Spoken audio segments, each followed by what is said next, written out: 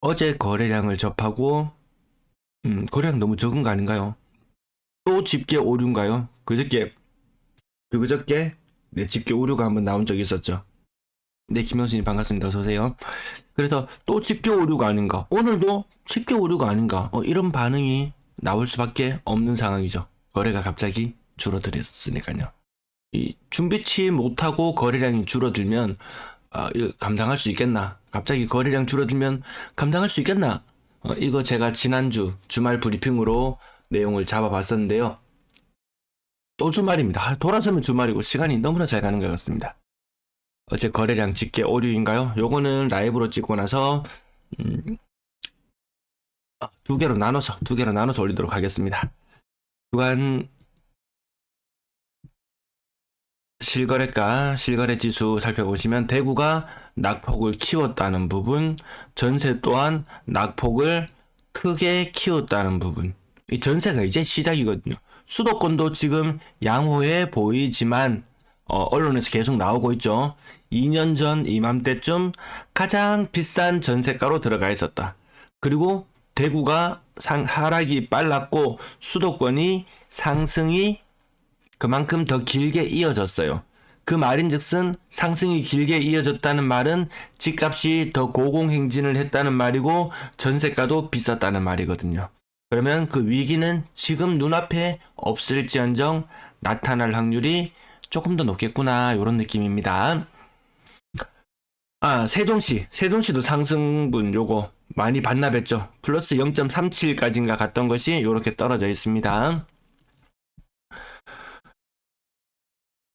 매도 물량 요거 어제 소폭 증가했고요. 요거 어제 내용이라서 이런 부분은 빠르게 지나갈게요. 어제 조금 이례적인 현상, 전세 매물도 줄어들고 월세 매물도 줄어들었어요. 목요일은 금요일이구나. 금요일은 그런 날이 아니거든요. 금요일은 보통 일반적으로 물량이 늘어나야 되는데 어제 줄어들었어요. 그러면 이게 좀 요런 층위가 조금 달라지는데 그것이 영향을 미치곤 하더라고요. 그게 어떤 영향을 미칠지는 시간을 조금 더 두고 지켜봐야 될 것 같고요.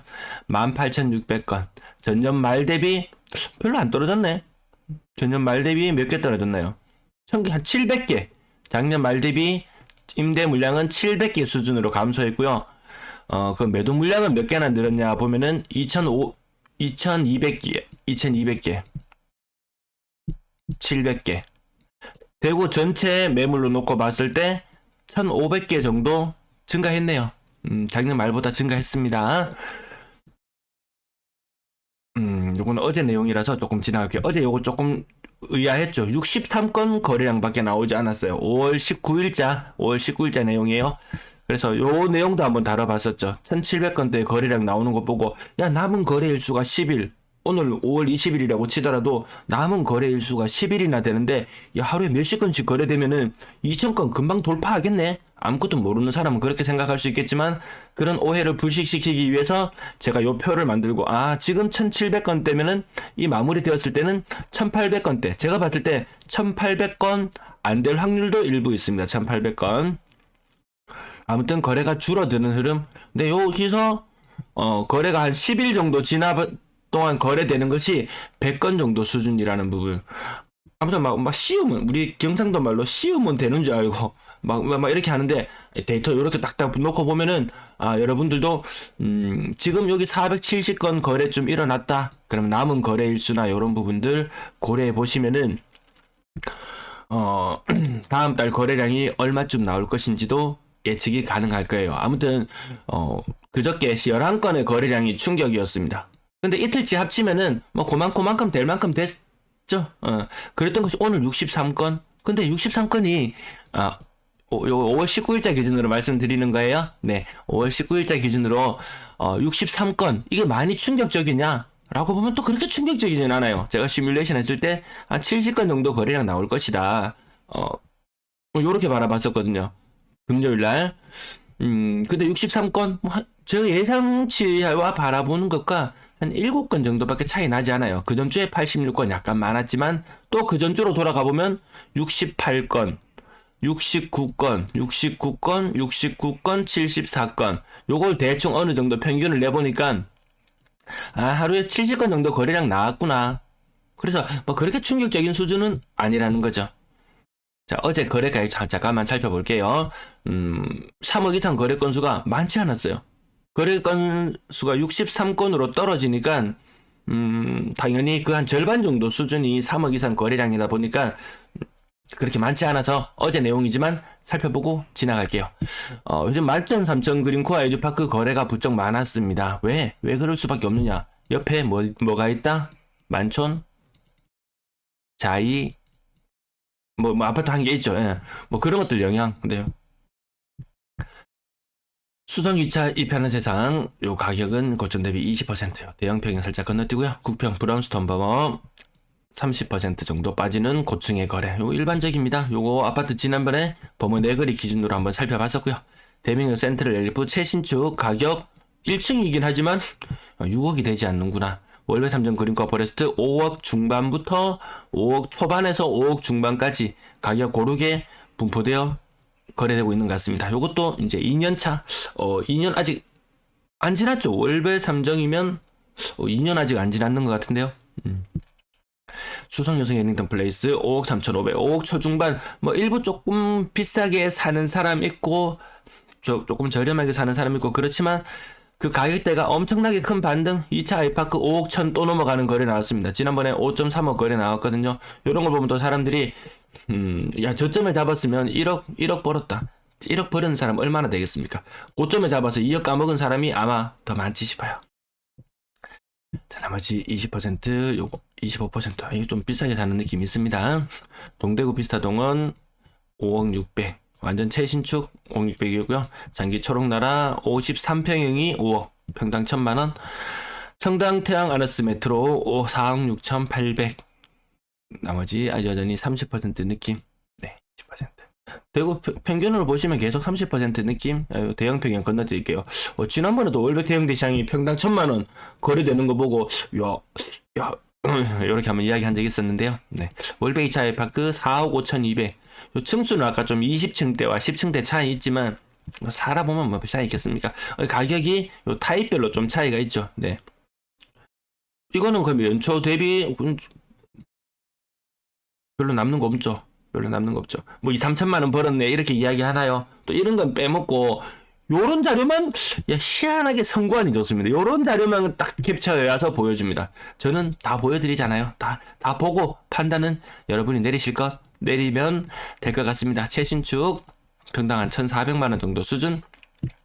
진짜는 애기의 그랑 블리츠 4억 2천원 이런 거 보면 조금 올라온 느낌 들지만 고점 대비 30. 주곡 3점 그린코어 더 베스트 40평 가격은 아직까지 40% 이상. 요렇게 사면은 그나마 조금 잘 사는 느낌. 6억 7천까지 갔던 것이 4억.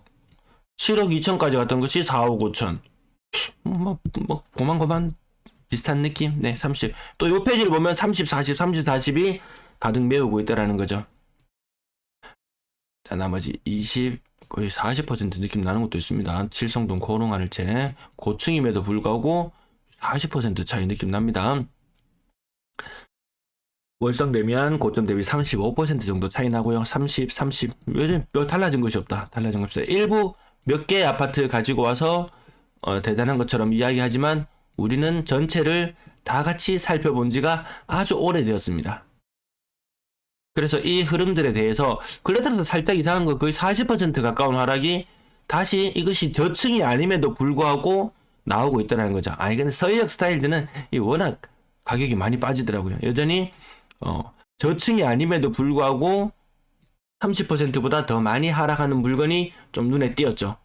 그러니까 거래량도 조금 줄어들고 그러면 거래량이 줄어들면 어떤 결말을 맞이할 것이냐라는 부분에 대해서는 많이 말씀드렸죠. 건당 거래대금 요거 내려가는 추세인데 요 반짝반짝 올라가는 모습을 바라보면서 야 이거 대형 평형의 거래가 근래 많다 싶더니만 건당 거래대금이 올라가네.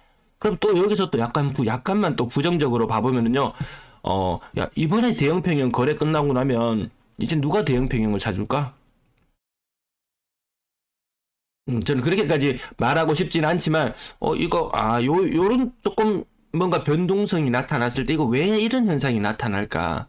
과연 이 노란색 선 2020년의 노란색 선처럼 분위기가 한창 좋아지면서 집값이 오르고 하면서 신고가가 나오고 하면서 건당 거래 대금이 쭉쭉 올라가는 그 좋은 시절과 지금이 비슷하지 않냐라고 항변하실지도 모르겠어요. 그때랑 지금은 다르잖아요. 우리가 단순히 선의 흐름만 보는 것이 아니고 그 선의 흐름이 왜 이렇게 나타날 수밖에 없었는가에 대해서 생각을 해보고 그것을 또 그 이후의 흐름에 어떤 영향을 미칠까를 살펴보는 게 우리가 하는 일이죠. 여러분 저한테 세뇌 당하려고 오신 거 아니죠? 가스라이팅 당하려고 오신 거 아니죠? 해석은 제가 제 멋대로 하더라도 여러분들도 똑같은 표를 보고 계시거든요. 아, 그러면 야, 저 인간 저거 지 멋대로 해석하네. 뭐 이렇게 해석하시고 자의적으로 해석하셔도 괜찮습니다. 그러려고 제가 이 자료를 매일같이 제공해 드리는 거니까요.